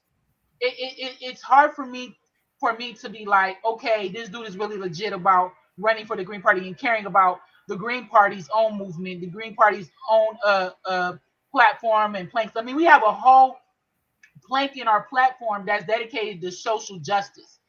And social justice is one of our what we call 10 key values. So if you don't even know what the Green Party is about at core, you can't represent us. And all these people seem to think like, oh, well, he has a big name, so y'all should just care about him having a big name and let him run green. No, it don't work like that. We don't do coronations. We don't do selections normally. I mean, you can say about the controversy of 2020, I wasn't even involved in the Green Party on the organization side. I don't know what went down with 2019, 2020. But outside of that, the party itself is really like a legit leftist party. And where it falls short is just how it's been organizationally. I mean, there are people in the party who are just resistant to change, for example. I mean, I'm up here trying to modernize the brand, modernize the, the marketing, modernize, how we outreach, stuff like that. And there are people in the party who are resistant to that. That I've been, and I've been censored a lot inside of our communication platforms because I raise these issues. I raise these things. I ruffle feathers to say, look, we got to come into the 21st century or we're going to die as a party. I mean, period. Like, there is no gray area with this. We actually have to be along with where the voting base and the electorate and the people are. You can't be in the clouds or in the green clouds thinking that people are just going to come and then we're going to be kumbaya and all this stuff. There are people who literally want to invade the Green Party, to change the Green Party into something that it's not and that it was not founded on. And that is my issue. Makes sense to me. Johnny has joined us, got off work. We're looking at this, asking what the conversation was, and basically we're looking at a SWOT analysis of Cornel West, Dr. West in the 2024. Johnny's saying, I know that this is a very painful subject for Johnny in regards to treatment of with the Green Party, and I know that Camila, you're trying behind the scenes, trying to work on those things, and like you're just discussing. When you've got and I've ran into it in a number of organizations that I've been a part of. When you've got old guard that doesn't want change, and you've got new ideas, somewhere there has to be a amalgamation of that. But in that whole thing with the old guard not wanting change, they're usually the first person to mute, block, on social media, those sort of things. Use a what is the word I'm looking for? A gatekeeper in regards of being able to reach the party or reach the decision makers. So I totally understand where Johnny's coming from. We have had these discussions off air as well as now we're having them here, that you are trying to bring that true aspect of the Green Party, starting with the environmental piece. But just looking at the Green Party's website, I don't see anything about Cornel West on there. And Dr. West, like you said, he's got his website and all that other stuff, but that's that's a really big red flag for me, that the fact that the national website doesn't even have a memo or like a breaking news, or even just a slight note saying where of one of the videos, like promote the fact that he was on CNN or Fox News or whatever you want to connect the mainstream media to. I actually can speak to that because I'm on a national media committee. One of the things that I've been telling them is that we do not need to be centering Dr. West on anything, because we are actually going to have a primary election. This is not going to be a primary selection. This is going to be a primary election. Yeah. And there are actually four other candidates, some that are actually members, similar to like Howie Hawkins, that actually do work in the Green Party, that is running for president. You know what I'm saying? They actually work on a state level or they work on a local level, but they're like, I'm putting my hat in the ring to run for president. So Dr. West is basically like right now the only like high profile person, but he's also the only outsider that has declared candidacy to run through the Green Party nominating process. What also people don't understand is that we're still open to people entering, at their candidacies, their interests into. So you're going to put your candidacy in next week, right? I said this on the previous panel I was with Lucky Burritos and all that. I'm not running for anything. I work on a campaign when we finalize who the nominee is and all that stuff. Like I'm a worker bee. Like I ain't trying to be out front and doing all that kind of stuff. I would support my local and state green people running, and I'll support whoever the nominee is. But I'm not personally running for anything. I appreciate the people who step up though, who run. Like that takes some actual balls to do. I mean, it's like I've said also on Twitter, like it is not easy being a green volunteer.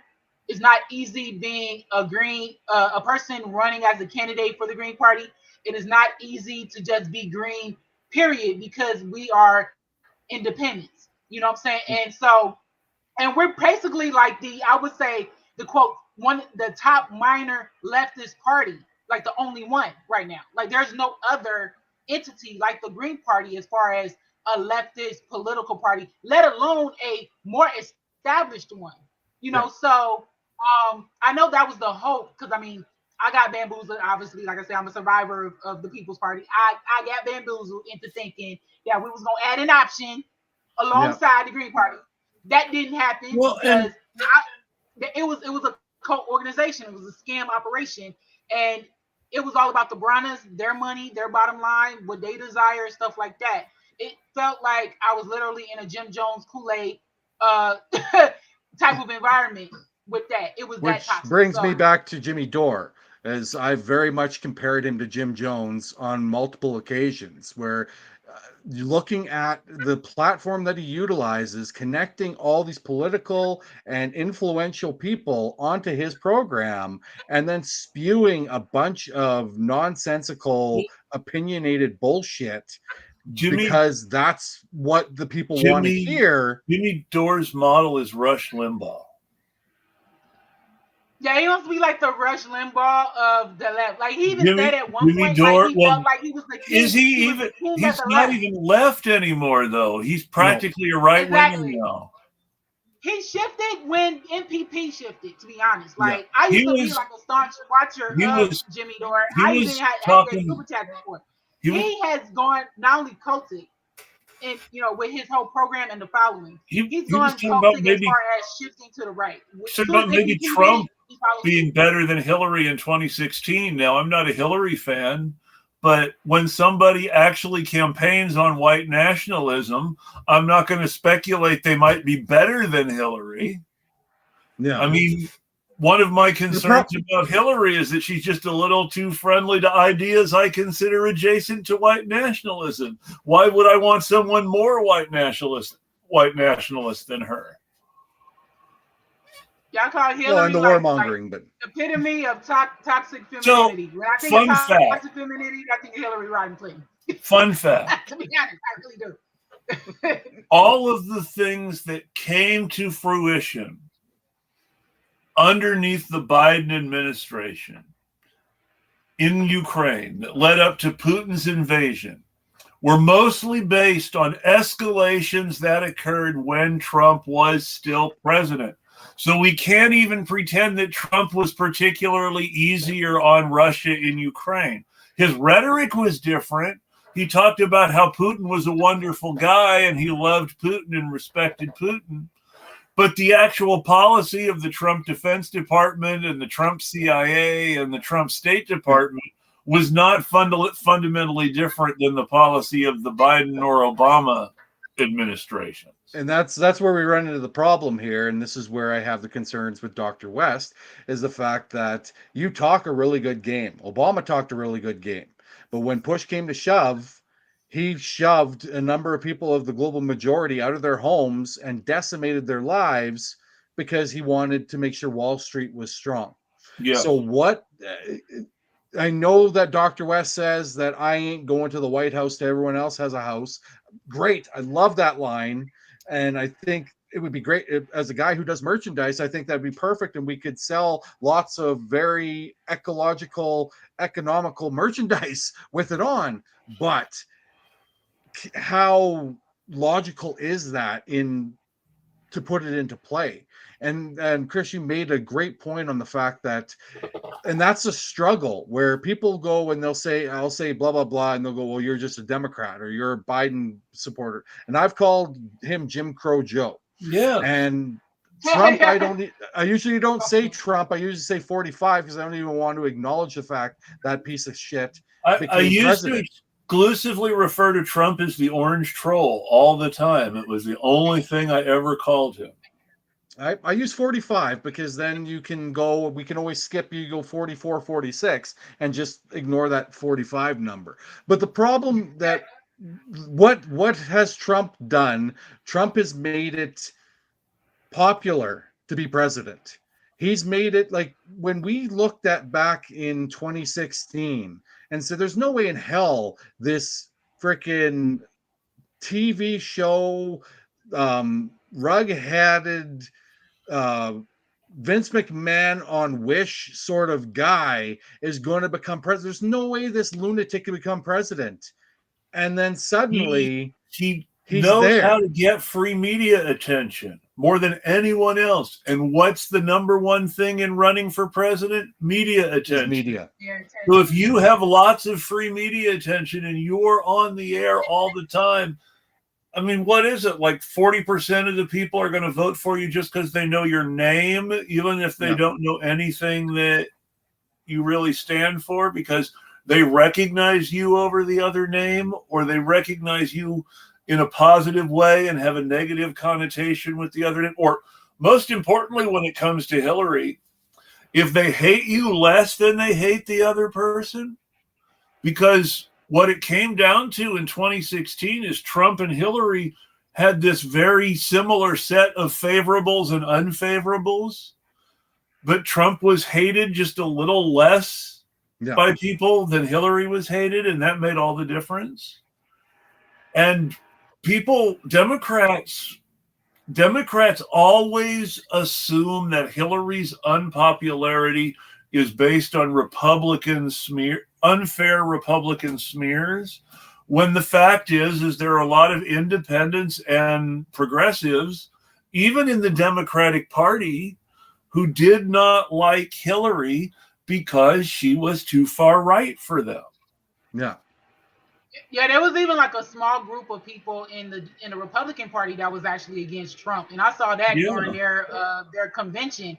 Like, there was actually people who were like, we don't like this guy. And so I feel like it's the same kind of equivalent of what's going on with the Green Party being in the crosshairs this time. Because like I said, the equivalency is that like you said, Trump had a big name. Trump knew how to get like media attention, and with his bravado and his rhetoric, especially that played to the base of the Republican Party at the time. Because remember, we just survived the whole big Tea Party infiltration and takeover, whatever. That was for like a few years, and then it started getting to these like MAGA things, and that felt like it was going further to the right, even beyond the Tea Party. So that's how I feel like that's where the people like DeSantis and all them had came out of. So if they're staunch like Republicans, especially if they're like moderate Republicans, and stuff like that, the ones that you saw at the DNC convention in 2020, like if you thought about leaving some of that, like they're lost on everything. The idea of a moderate Republican nowadays, though, is such a joke, because I mean, in the perfect example, in 1972, the guy that Joe Biden ran against for the Senate was a Republican named Caleb Boggs, J. Caleb Boggs. He voted for the 1964 and 1968 Civil Rights Acts. So he was to the left of Joe Biden on race. He voted for what would become the basic framework legislation for the EPA, which was the original Clean Water Act. He was one of the co-sponsors of the original version of the original Clean Water Act before it became the EPA legislation.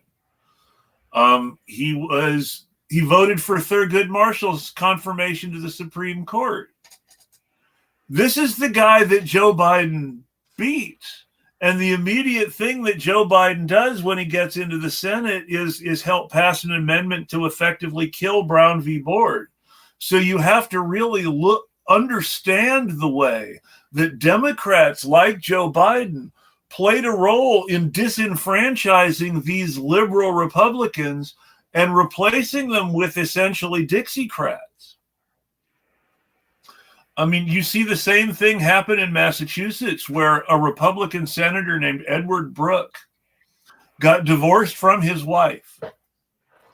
And a local prosecutor named John Kerry started a criminal investigation into Edward Brooke's divorce. I mean, a criminal investigation into a politician's divorce that sort of coincides with an election isn't suspicious.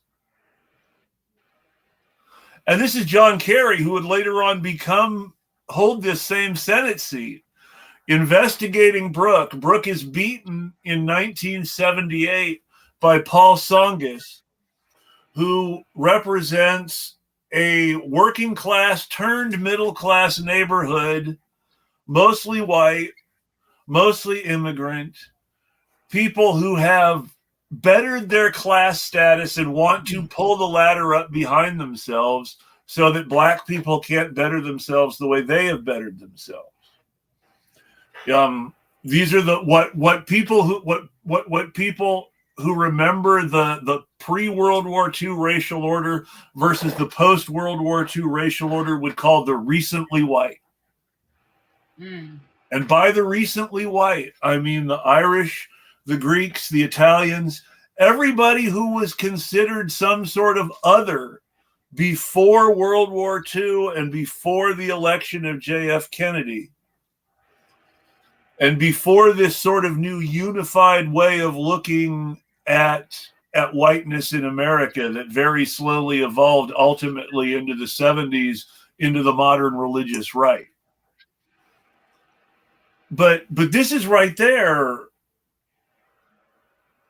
This is right there in the Democratic Party in the 1970s, overthrowing these liberal Republicans in liberal northern states and replacing them with conservative Democrats. And now there is nobody except for Bernie Sanders and maybe Ed Markey and maybe some other people. There's nobody who's even as liberal as Ed Brooke or Cale Boggs in the Senate anymore. Right. And that's because of Democrats. We talk about what Republicans have done on the Supreme Court, and yes, it's terrible. But it was possible because of what Democrats have done in the Senate. Well, do we go and totally go full controversy? And what Democrats have done in the Senate is crystallize control of the Senate in the North around these very Dixiecrat-style Democrats, while the children and grandchildren of the Dixiecrats in the South have voted Republican. Mm-hmm. And so you have these two, we live in the world the Dixiecrats made. Exactly. And I mean, prime example of what is the Democrat and compared to the Republican, when our former premier Jason Kenney held a oil and gas, celebrate oil and gas. Who did he bring up? Manchin. So we had Manchin come up and talk about how great it is in Alberta, and then he brought Kenney down. And then Kenney met with Manchin, but also met with his good friend Ted Cruz, and they all sat together. And I'm going, now, I gotta go. This thing, yes, I gotta go. But since you brought up Manchin, my last thing is I have friends in West Virginia. I talk to friends in West Virginia. I have people on my show to talk about Democratic politics in West Virginia. The word from West Virginia is Joe Manchin is losing his Senate seat to Jim Justice. And excellent. Jim Justice is the Republican governor who was convinced to run for governor as a Democrat by Joe Manchin, but who then became a Republican when Donald Trump killed an Obama-era investigation into mountaintop removal coal mining, because Jim Justice is a guy who blows up mountains for a living. Wow. And so then Jim Justice became a Republican when Trump killed that government investigation, and has been super MAGA ever since. And now he's going to take Joe Manchin's Senate seat, and Joe Manchin is the guy who got him into politics. That's crazy. Okay, so we're going to let you go, Chris. What do you have coming up? Any things on the show? So I'm taking this week off. Good. And when I come back on July 9th, I will be speaking with Andy Ellis, who is another member of the Green Party about some of his takes on some of the stuff going on. It might be a little different than ours, but I want to hear other opinions. And from there, I'll keep doing my thing, hopefully teaching people something. I'm at Eclectic Radical on Twitter. Come follow me and check me out. Awesome. Thank you, Chris, for joining us, and have yourself a great rest of the weekend. You guys have a great weekend too. Thanks. Bye. Bye, Chris. Bye, Chris. So, Camila, I'm not going to take more of your. We're going to wrap it up shortly as well. Any final thoughts on what do you see next for you? What do you see next for the Green Party, and how do we navigate through this Cornell West 2024 thing? Yeah, I'm a person that says, do your homework. You know what I'm saying? Like literally, like talk to actual Green Party people, like who are actually in the organization, not pundits on the internet, not random people who think they know about the Green Party when they don't. I'm saying like people like me who are actually I volunteer, like I actually do work. I literally be in meetings. I literally am a national delegate who deals with decision making of the organization, stuff like that. So, like, we're the ones that have been lost in the shuffle of this whole discussion about Dr. West, and so that's why I appreciate you for bringing me on to your platform because I feel like if you have people like me, even people from our steering committee, or even people for other delegates, from the national committee, we have a different viewpoint, and we're hit by this differently than everybody else. And so I'm very volunteer centered. I'm very like community minded, activism, advocacy, all that kind of stuff, type of person. I'm more people first, like not just celebrity stuff, but people first. Because I'm a working class black woman. People who are in the party that are working every day are working class people. Uh, even some of them are probably poor, but they're trying to do something to help with our platform and our values and stuff to get more out into communities, get more eyeballs on that. And if you want to follow me on Twitter, it's Black Unicorn Rose. The black part is BLK. And then you just spell out Unicorn Roses all in one word, like on the screen.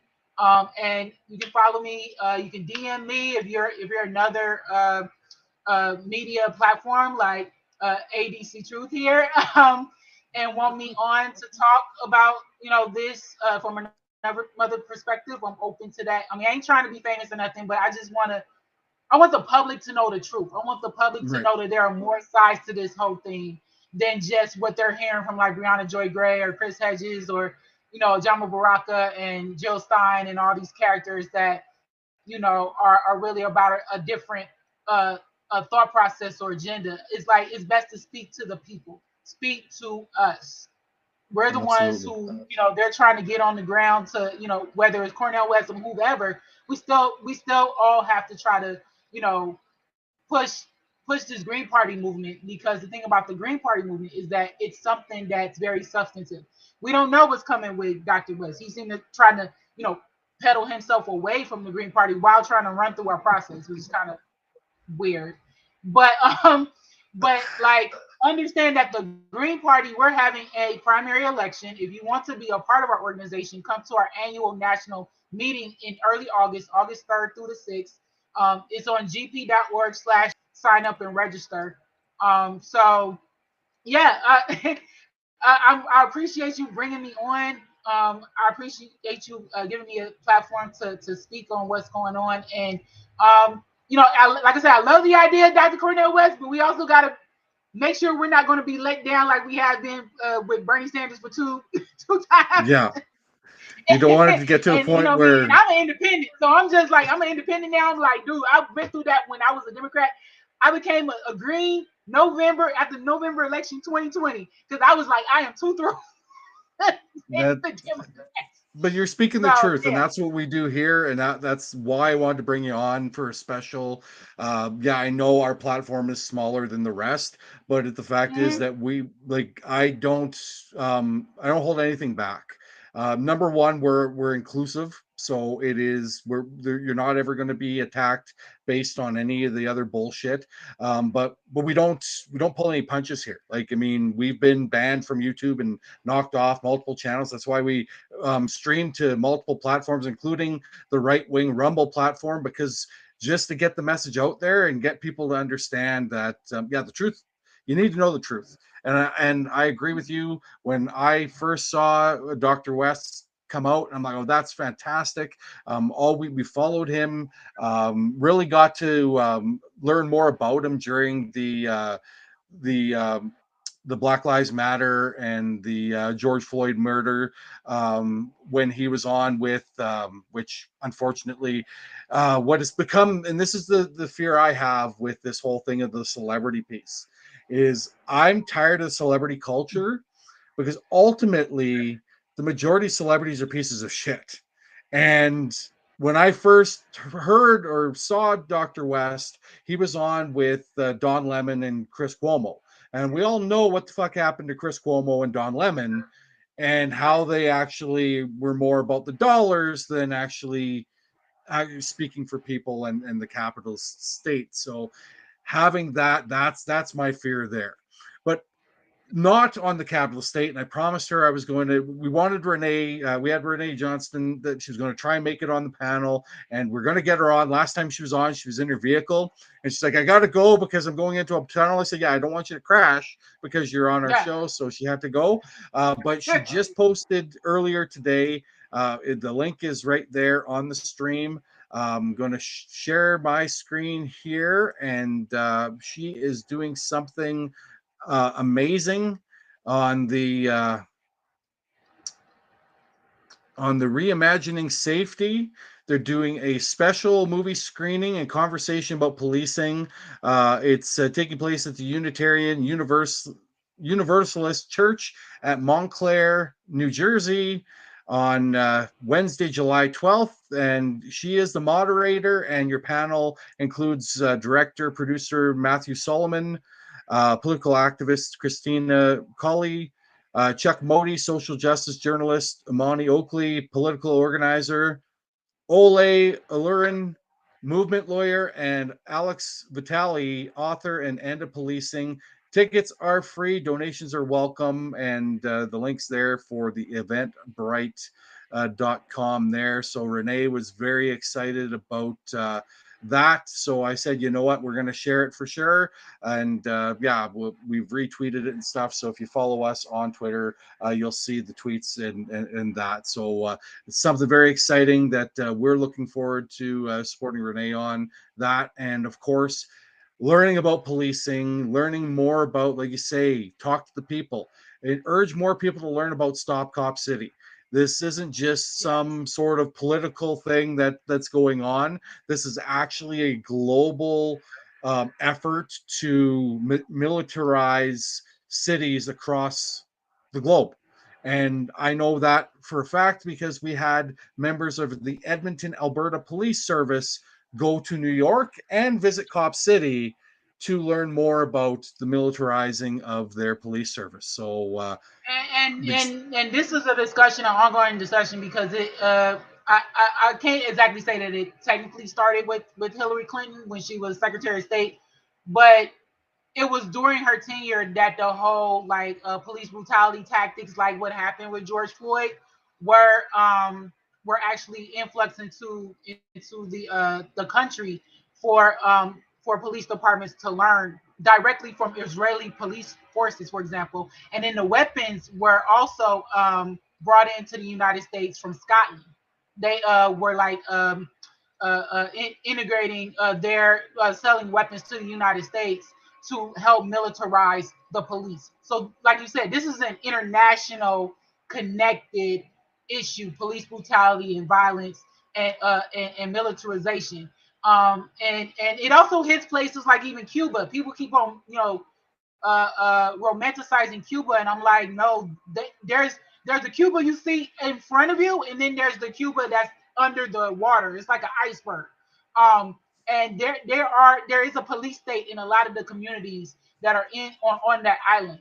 And so and of course they're not allowed, like they don't allow press to go and do investigative reporting or anything in the different areas in Cuba. So they leave the tourists and all these nonprofit groups in like Havana or certain areas so that they can say, they can go out and be like little ambassadors, like, yeah, Cuba is great. But see, they don't tell you or show you the police state and all the activists and advocates that have been put in jail so that they don't erupt movements, like marches and stuff like we have here for like a George Floyd or something like that. They've been like Well, trying to dictate what those things are to keep all the dirt in the background under the rugs and stuff like that. So as much as it was a horrible tragedy, the Rodney King beating and the LA police being under a freaking spotlight, and that LA riots, and the reason why the riots, and people understand, like, there's riots in France right now because of the murder of a 17-year-old young man. Why is there a riot? There's a riot because people are tired. People are tired of being beaten down. People are tired of being killed for no fucking reason other than the fact that they won't obey the militarized authority. So pay attention, learn more, follow Camila, follow the rest of the group here. Watch Chris's show. He's got great content. We need to educate more, and I'm not a guy who likes to read a lot of books. Like, that's why myself and Socialist Alternative didn't get along, because it's all about theory and all that shit. And I understand the need for that, but I'm not going to go back and read what happened in the 1600s to try and make it effective today. Let's just look at the shit that's happening today and figure out how can we not only navigate the shit, but we can stop it from overtaking. Because if we don't stop it from overtaking, like, we're having these conversations and they are tongue in cheek and whatever, but we have a serious problem with fascism that is overtaking society. And if we don't put a stop to it and come together as a solidarity community, regardless of where you live and whatever, if we don't come together and, like, push back against it, at least we're going to be overtaken. And it's going to be like, I say it's Nazi Germany is on its way, and all the signs are pointing to the same thing that happened. I mean, Hitler didn't learn to become a Nazi based on his teachings in Germany. He came to the United States and learned how the races before the civil rights movement, and how the racism and the segregation was used in the United States, and then the propaganda of Hollywood to utilize propagandize that message. So anyone who's looking at Dr. West, please question Dr. West. Please message, get into any if you can get on to the program that you're watching that he's on, please question him about these things, because if he's going to be the representation for all of us, we need him to be fully engaged in what it needs to happen, not just great talking points, and not just we all have to stand beside our Palestinian brothers and sisters, because I 100% agree it is free Palestine. The Israel should not be in existence in regards to its state, but we have to go away from that and actually go into localized and look at that, how that affects us on a local level, and how Dr. West would deal with that from a national level, and then to a regional level, and to a local level, and how that is. And it's people like Camila and her group, and that are behind the scenes doing all the legwork for the Green Party, that aren't getting the credit, that aren't having their messages are basically being censored because they don't want anything sort of negative connotation towards Dr. West at this point. Understand that brand protection, but we can't protect the brand on the basis of ignoring the bad. You can't ignore the bad. This isn't just a distraction. When rapes happen and sexual assaults happen and people are assaulted mentally, physically, emotionally, abused by people like Nick Brana and the People's Party inner circle, that needs to be spoke about. That needs to be talked about, looking at if you're going to do a coalition, that can't be part of the coalition. Like I use the trash analogy. If you're transphobic, racist, ableist, sexist, or homophobic, we can't be together. We can't work together because those are a non-starter for me. So if we can all look under that trash analogy, I think we could all come together and do a big banner and actually do something that's not going to be just full yes, allowing Nazis and the homophobes and the bigots and the racists to actually have a voice, because they've had a voice for hundreds of years, and it's time to eliminate that voice and bring a voice back for the people. So, Camila, anything else that you wanted to share? I'm glad you like touched on a lot of things. I mean, obviously, we even talked about what just North American politics. I mean, with Canada, where you're from, Yeah. and then with the United States. I mean, and then of course, South America has their own politics too that we're dealing with, especially at our borders. In the Caribbean, what's going on with Haiti and some of these other places, like Haitians are trying to, see about getting reparations and stuff like that, just like us in the United States. So reparations is not even just a United States issue; it's also a global issue from the impact of the transatlantic slave trade. And we, the Green Party, is the only party in the United States that has reparations on its platform. We've had it on there since 2010. And so, even if you're even into those issues, like I'm actually in the reparations movement here in California.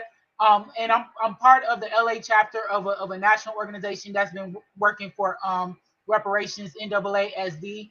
And they just finished the second report that they're going to be turning into legislation, hopefully, to go to the California state legislature, where we might be the first state to actually pass reparations in the country. So, I mean, these issues are very important, and I'm even involved in the National Black Caucus in the Green Party.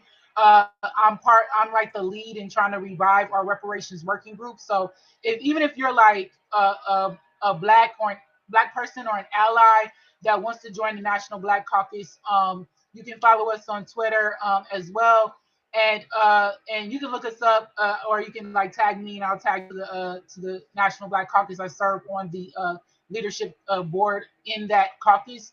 And like I said, I'm trying to work on amendments where it's lineage-based reparations that we want to have, just like California is trying to pass for our first state reparations. So yeah, please like communicate with actual people who are working on the ground, or who are, I mean, they may not necessarily be on the ground, but they're active in advocacy online, advocacy in the groups that they're in, things like that.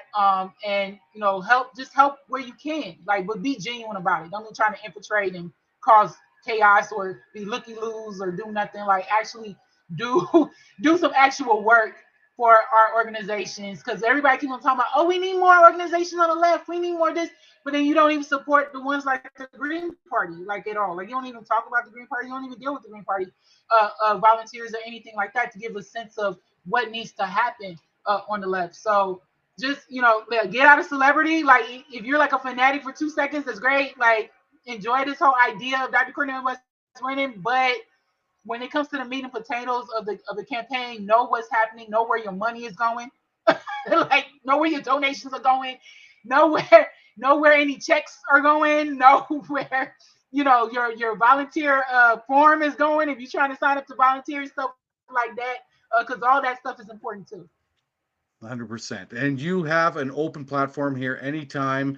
I Oh, realized that I didn't have you included in the solidarity group, so now you're there. So behind the scenes, we can message and back and forth and keep it all. But yeah, you have a platform here anytime. We can talk truth, and if you just want to come on and just talk music or TV or whatever, we can do that as well. Because we talk a lot of politics, we talk a lot of heavy shit.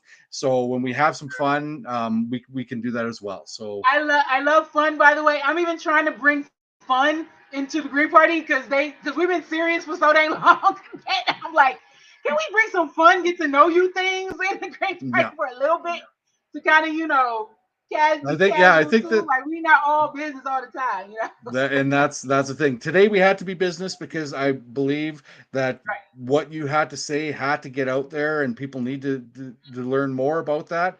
And you're going to be on with Savage Joy at some point in the near future, and other people. So watch all our comrades. Watch Camila on there. Learn more about the Green Party. Join if you can. If you're in the States, if you're not, support how you can. And yeah, let's just try and connect and be better humans and be a better society in general. Awesome. Thanks, Camila. And we will Thank have yourself a great weekend. We'll talk again soon. you. Yes. Take care. Bye. So that was Camila Harris from the Green Party. Great conversation. Chris Richards was beforehand. Great. Thanks, Chris and Camila, for joining us. And thank you for joining us. Like and subscribe across the board. If you want to support, links are in the notes. You can go to the coffee page. Just follow us on Twitter. If you have a topic you want us to cover, DM us on Twitter, email us on the email on YouTube, and all those sorts of things. Until next time, I'm ADC. This has been Talking Truth. We'll see you next time.